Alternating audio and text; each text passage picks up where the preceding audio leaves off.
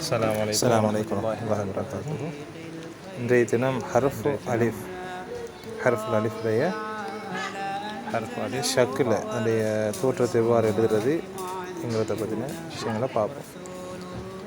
பாருங்கள், மேலிருந்து கீழ் எழுதுகிற முறையை, அதனுடைய மேல் பகுதியும் கீழ்ப்பகுதியும் ஒரே மாதிரியான கூறிய நிலையில் அது எழுதப்படும்.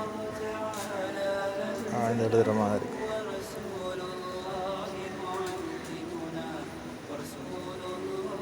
அதுக்கு பின்னால் எங்களுக்கு தெரியும், நஸ்குடைய பொதுவான நீள அகல எண்ணிக்கை நாங்கள் சொல்கிறதாக இருந்தால் 5 புள்ளி, அதாவது ஹம்சு நிகாத்துன்னு சொல்லுவாங்க அரபில்.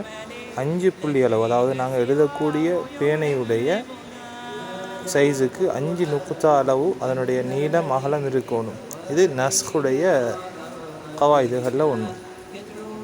பாருங்கள், 4 5 புள்ளி இது 5 நுக்குத்தா அளவு இருந்தால் எங்களுடைய எழுத்து வந்துக்கிட்டு அங்கே சரியாக எழுதப்பட்டிருக்குதுன்னு இருக்கும்.